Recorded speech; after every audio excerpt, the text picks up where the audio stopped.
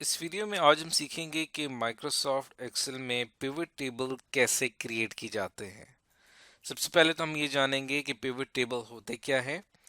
Pivot table एक ऐसा table होता है, ये एक ऐसा पावरफुल टूल है जिसकी मदद से हम अपना एक लार्ज डाटा उसको हम ज़्यादा अच्छे तरीके से कैलकुलेट कर सकते हैं, समराइज यानी उसमें से रिजल्ट्स हासिल कर सकते हैं और एनालाइज कर सकते हैं, यानी उन रिजल्ट्स की बुनियाद पे अगर हमने कोई डिसीजन लेना हो, कोई सोल्यूशन निकालना हो तो वो हम निकाल सकते हैं।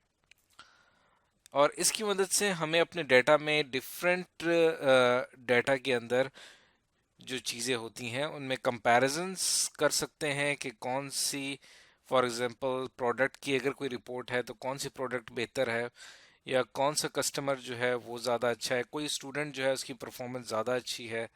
इसी तरह हमारे डाटा में क्या पैटर्न्स आ रहे हैं, किस तरह से इंक्रीज कर रहा है, किस तरह से डिक्रीज कर रहा है। इसी तरह प्रॉफिट में क्या ट्रेंड चल रहा है, प्रॉफिट इंक्रीज कर रहा है, डिक्रीज कर रहा है, ये तमाम चीज़ें हम पिवट टेबल में जानते हैं। और हमारी जो समरी होती है, जो हमारे पास जो डाटा समराइज होके आता है, उसमें ऑलरेडी पिवट टेबल की खास बात यह है कि ये सम, एवरेज या और कोई स्टैटिस्टिक या कोई और फार्मूला खुद से कैलकुलेट करके हमें ओवरऑल समराइज रिजल्ट पेश करता है और उसमें से इस तरह से ग्रुपिंग कर देता है जिससे हमें डाटा की ज़्यादा बेहतर तरीके से समझ में आती है। तो ये एक बिजनेस इंटेलिजेंस टूल है जो कि कंपनीज में डाटा को मैनेज करने के लिए और रिपोर्ट्स तैयार करने के लिए इस्तेमाल होता है। अब पिवट टेबल का हमने एक इंट्रोडक्शन पढ़ लिया है, अब हम इसका प्रैक्टिकल करते हैं कि ये बनाते कैसे हैं। फॉर एग्जांपल हमारे पास ये एक कंपनी है। अब ये कंपनी का 2017-18 का रिकॉर्ड है जिसमें पिछले 2 सालों में हर तारीख को किस कस्टमर ने क्या प्रोडक्ट खरीदी है और कितनी तादाद में वो खरीदी है, उसकी प्राइस क्या थी और उससे हमने निकाली है टोटल सेल। जैसे कि इस कंपनी की 2017 में ये इसका कस्टमर था और उसने ये प्रोडक्ट खरीदी, इतनी तादाद में खरीदी और ये उसकी प्राइस है और टोटल सेल आपके सामने यहाँ पे शो की जा रही है। और उसके बाद फिर उसी ही दिन में ये एक और कस्टमर था इनका, उन्होंने ये प्रोडक्ट खरीदी जिसकी तादाद इतनी थी और प्राइस इतनी थी और टोटल सेल इतनी है। तो ये आपके पास एक 2017 से लेकर 2018 तक तकरीबन ये कोई आपके पास 4695 के करीब रिकॉर्ड्स मौजूद हैं, जो कि काफ़ी ज़्यादा डाटा है। तकरीबन 4695 रोज़ आपके सामने यहाँ पे मौजूद हैं। तो पिछले इस पूरे 2 साल के अरसे में आपने जो चीज़ फाइंड आउट करनी है वो ये फाइंड आउट करना है कि आपकी कंपनी का टॉप कस्टमर कौन था और टॉप प्रोडक्ट कौन सी रही, यानी पिछले 2 सालों में कौन सी प्रोडक्ट जो थी वो ज़्यादा बिकी है। और फिर आपने डेट वाइज डाटा निकालना है। तो अगर ये आप खुद मैन्युअली करने बैठ जाएंगे तो आपको बहुत टाइम लगेगा, क्योंकि हमारे पास जो इसमें कस्टमर्स हैं वो कंपनी 1 से लेकर कंपनी 2, कंपनी 3, 4, 5, 6, 7, 8, 19, 20, तो ये हमारे पास कोई 20 इसमें कस्टमर हैं जो कि रिपीट हो रहे हैं। और अगर आप इस चीज़ को लेने बैठ जाएं कि टॉप कस्टमर कौन सा है तो आपके लिए बहुत मुश्किल होगा। टॉप कस्टमर वो है जिसने आपको सबसे ज़्यादा सेल्स फराहम की है। लेकिन इस टेबल को देख के आपको लग नहीं रहा कि वो कस्टमर कौन हो सकता है। उसके लिए हम क्या करेंगे कि इस टेबल का एक पिवट टेबल बनाएंगे। तो आप कहीं पे भी इस टेबल पे क्लिक करके इंसर्ट पे क्लिक करें और टेबल्स के सेक्शन में जाएंगे तो यहाँ पे आपको पिवट टेबल का ऑप्शन नज़र आएगा। इसके ऊपर मैं क्लिक करता हूँ तो ये सबसे पहले आपके सामने क्रिएट पिवट टेबल की एक छोटी सी विंडो खुल जाएगी।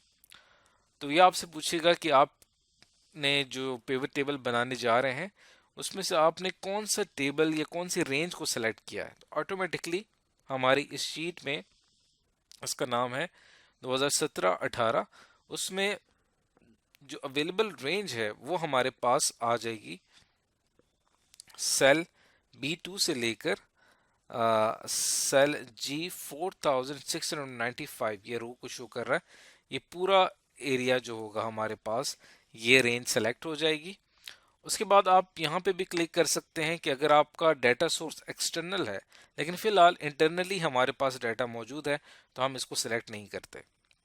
फिर आपने डिसाइड करना है कि जो पिवट टेबल आप बनाने जा रहे हैं वो एग्जिस्टिंग वर्कशीट यानी इसी वर्कशीट पे बनाना चाहते हैं या आप एक न्यू वर्कशीट लेना चाहते हैं। तो यहाँ पे मैं सेलेक्ट करूंगा न्यू वर्कशीट को और इसको सेलेक्ट करने के बाद मैं ओके पे क्लिक करूंगा। एग्जिस्टिंग पे हम इसलिए नहीं कर रहे क्योंकि हम एक बिल्कुल न्यू रिपोर्ट बना रहे हैं, इसलिए बेहतर यह है कि हम एक न्यू शीट की तरफ जाते हैं।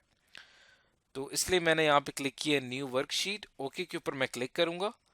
तो ये आपका देखें एक और शीट क्रिएट हो गई शीट 1 के नाम से और यहाँ पे आपका पिवट टेबल बनेगा। लेकिन पिवट टेबल में क्या होगा कि जब पिवट टेबल बनना शुरू होगा तो उसके लिए उसने हमें यहाँ पे कुछ दो इम्पॉर्टेंट चीज़ें दी हुई हैं। सबसे पहली चीज़ ये कि हमारा जो ओरिजिनल डाटा सोर्स था उसमें जितने भी हमारे हेडर्स थे वो पिवट टेबल की फील्ड्स के तौर पे शामिल हो सकते हैं, जिनको हम अपनी मर्जी के हिसाब से सेलेक्ट करेंगे। पिवट टेबल में 4 एरियाज बड़े इंपॉर्टेंट होते हैं: filters, columns, rows and values. हम क्या करते हैं कि रोज या कॉलम्स में अपने वो डाटा जिसको हमने एनालाइज करना है वो सारा डाटा हम रोज में या हम कॉलम्स में ले आते हैं। फिर उस डाटा से मुतालिक जो वैल्यूज होती हैं वो हम सेलेक्ट करते हैं और फिर पिवट टेबल हमारे लिए काम करना शुरू कर देता है।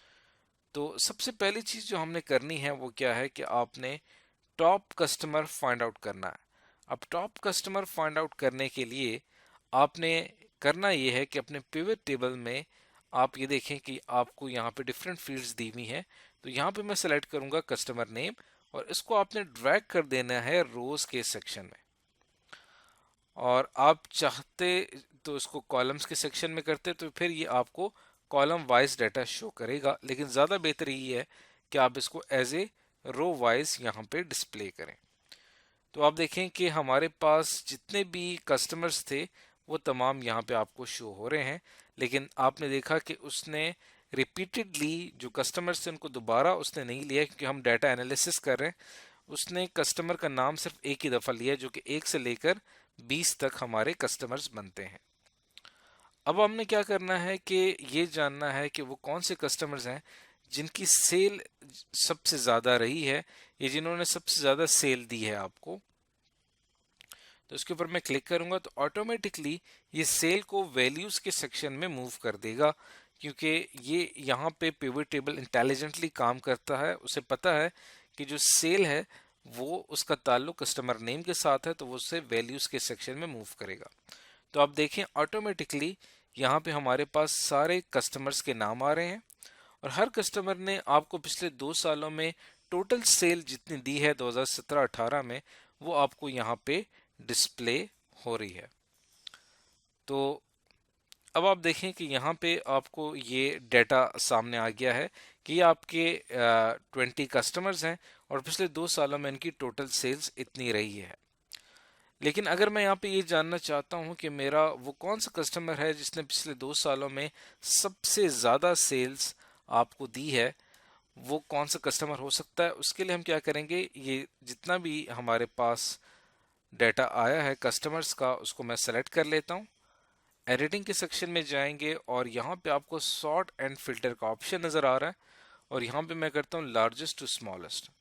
तो अब आप देखें कि हमारे पास ये जो कंपनी है कंपनी 2, इसने हमें सबसे ज़्यादा सेल्स फराम की हैं। और बेहतर ये है कि मैं इस पूरे डाटा को यहाँ पे सेलेक्ट कर लेता हूँ और इसके होम टैब में नंबर के में आके इसमें हम डेसिमल प्लेसेस रिमूव कर देते हैं। तो आप देखें तो ये हमारे पास जो टॉप कंपनी आ रही है वो कंपनी 2 है। ये हमारा टॉप कस्टमर है जिसने हमें सबसे ज़्यादा सेल्स दी हैं।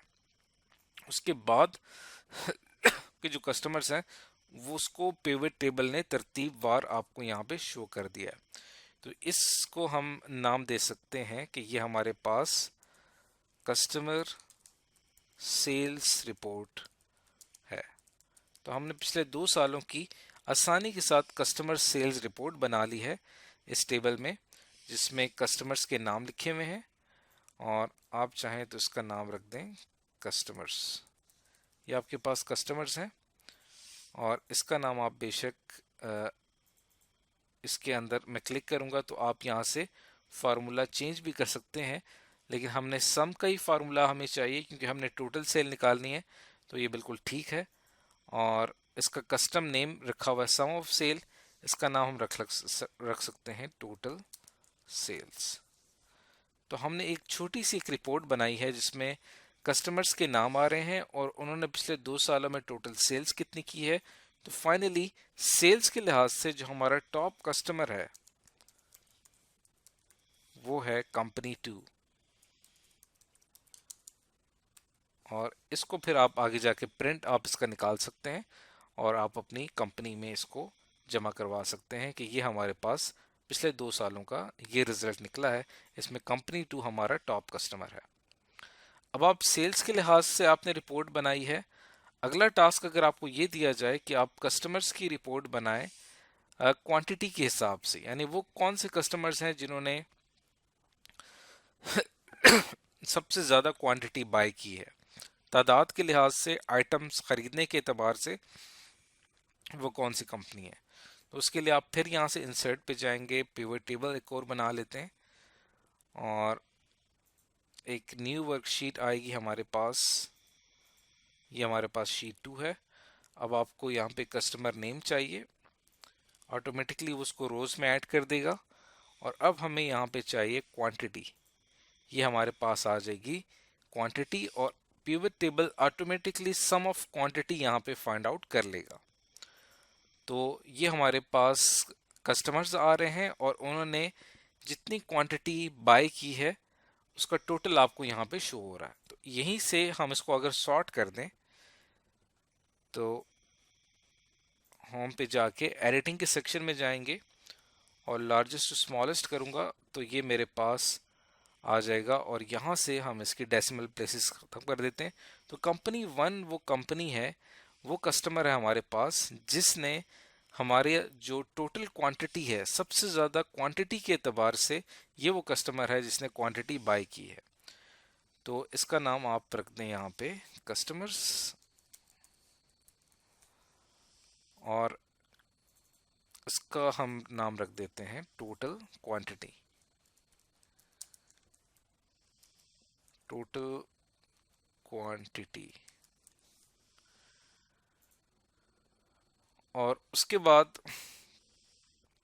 ये जो हमारी रिपोर्ट है इसका भी हम नाम रख देते हैं कस्टमर क्वांटिटी रिपोर्ट। तो आपने देखा कि हमने पिवट टेबल का इस्तेमाल करते हुए जल्दी से 2 रिपोर्ट्स बना ली हैं, जिसमें 2017-18 का रिकॉर्ड था। हमने कस्टमर सेल्स रिपोर्ट बनाई है, सेल्स के लिहाज से टॉप कस्टमर निकाल लिया है, और इसी तरह जो हमारे पास क्वांटिटी है उस लिहाज से जो हमने टॉप कस्टमर निकाला है वो है हमारी कंपनी 1। तो ये 2 एग्जाम्पल आपके सामने हैं। इस तरह से पिवट टेबल के ऊपर काम करके रिपोर्ट्स तैयार की जाती हैं।